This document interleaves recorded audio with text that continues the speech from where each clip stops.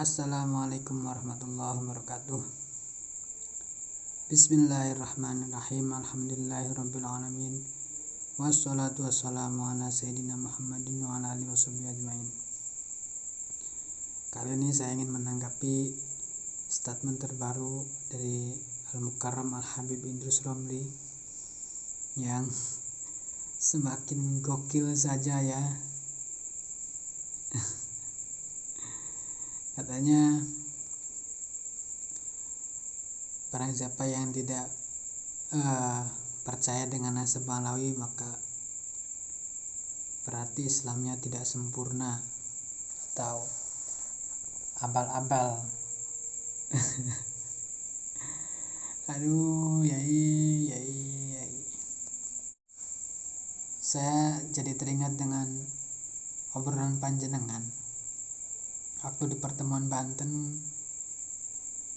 yang katanya untuk jalur silsilah Wali Songo ke atas yang sebenarnya tidak akan bisa sampai yakin, mentok-mentoknya hanya zon. Saya kira jenengan berpendapat itu mungkin dasarnya adalah karena Wali Songo yang sudah terlalu jauh zamannya, yaitu 500 tahun yang lalu, lebih dari 500 tahun yang lalu, dengan riwayat yang simpang siur sehingga pastinya akan sulit ditemukan seperti apa yang sebenarnya gitu kan. Nah, coba yai logika berpikir seperti ini itu cobalah diterapkan kepada kasus Pahlawi ini ya. Karena kasus Pahlawi ini ya kurang lebihnya lebih parah dari apa yang terjadi terhadap sejarah Wali Songo ya. Sejarah Wali Songo riwayatnya memang simpang siur. Sudah 500 tahun yang lalu lebih, sehingga pasti akan sulit menemukan yang sebenarnya. Meskipun alhamdulillah yai saya laporkan perkembangannya kalau silsilah Wali Songo ke atas sekarang sudah lebih jelas. Sudah jelas, hanya saja belum waktunya untuk diumumkan. Kalau Wali Songo meskipun simpang siur tapi riwayatnya ada, jejak sejarahnya ada, dan jelas bahwa Wali Songo adalah tokoh historis. Manuskripnya ada dan seterusnya. Nah, sedangkan Mbak Alawi ya, selama 550 tahun tidak ada yang pernah mencatat bahwa Ubaidillah sebagai putra daripada Ahmad. Nah, kemudian tiba-tiba Ali Asarokron mengira bahwa Ubaidillah adalah putra Ahmad. Bukan atas dasar riwayat simpang siur ya. Riwayatnya tidak ada. Sejarahnya tidak ada. Gitu loh. Habib.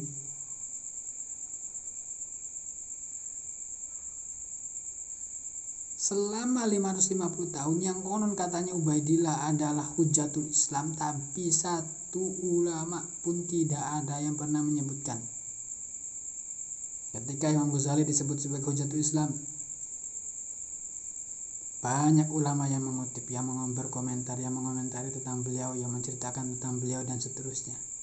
Nah, ini Ubaidillah tidak ada ya, tidak ada. Nah, bagaimana caranya untuk bisa memastikan kalau Ubaidillah adalah putra Ahmad?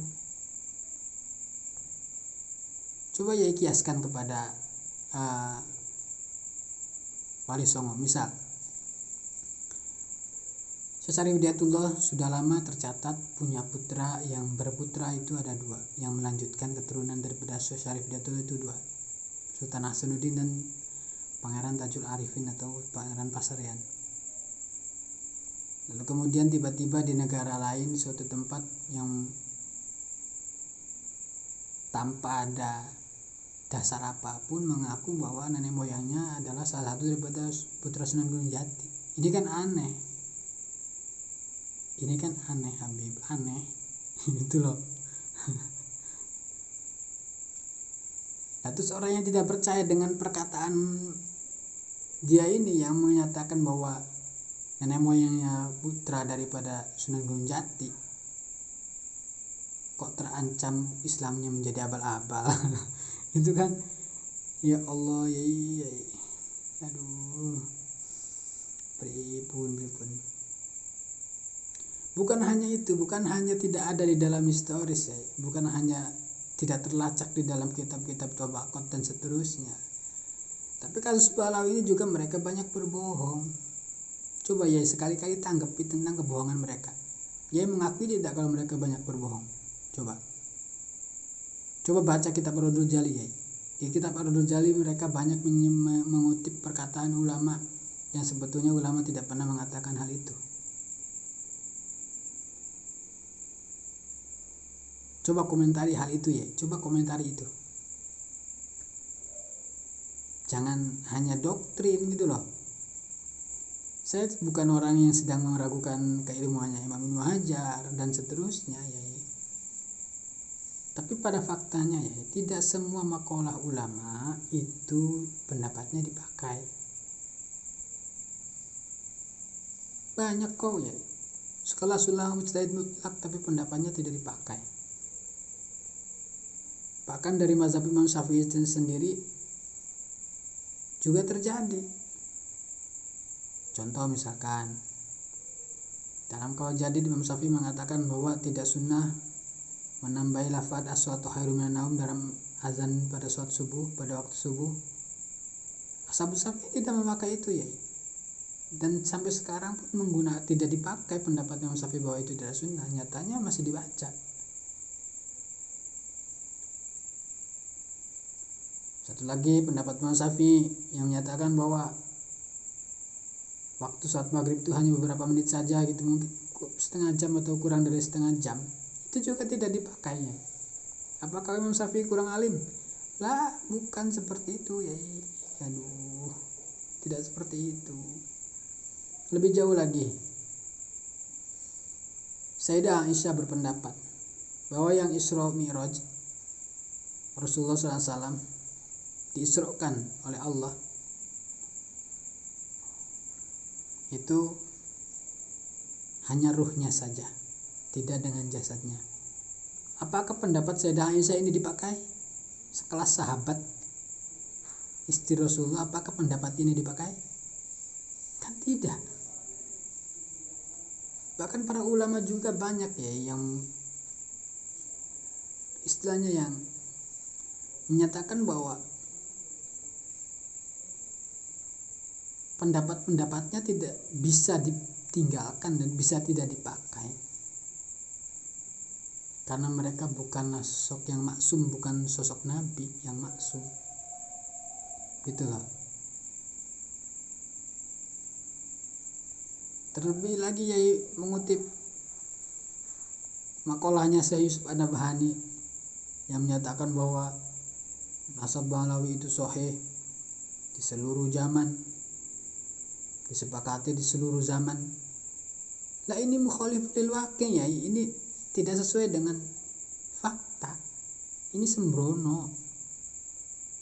Apa mana buktinya kalau ini disepakati di setiap zaman? Mana? Siapa ulama nasab, siapa yang menyepakati kalau Ubaidillah ada putra Ahmad? Orang nyatanya enggak ada. Orang Ubaidillah adalah tokoh historis saja dipertanyakan loh.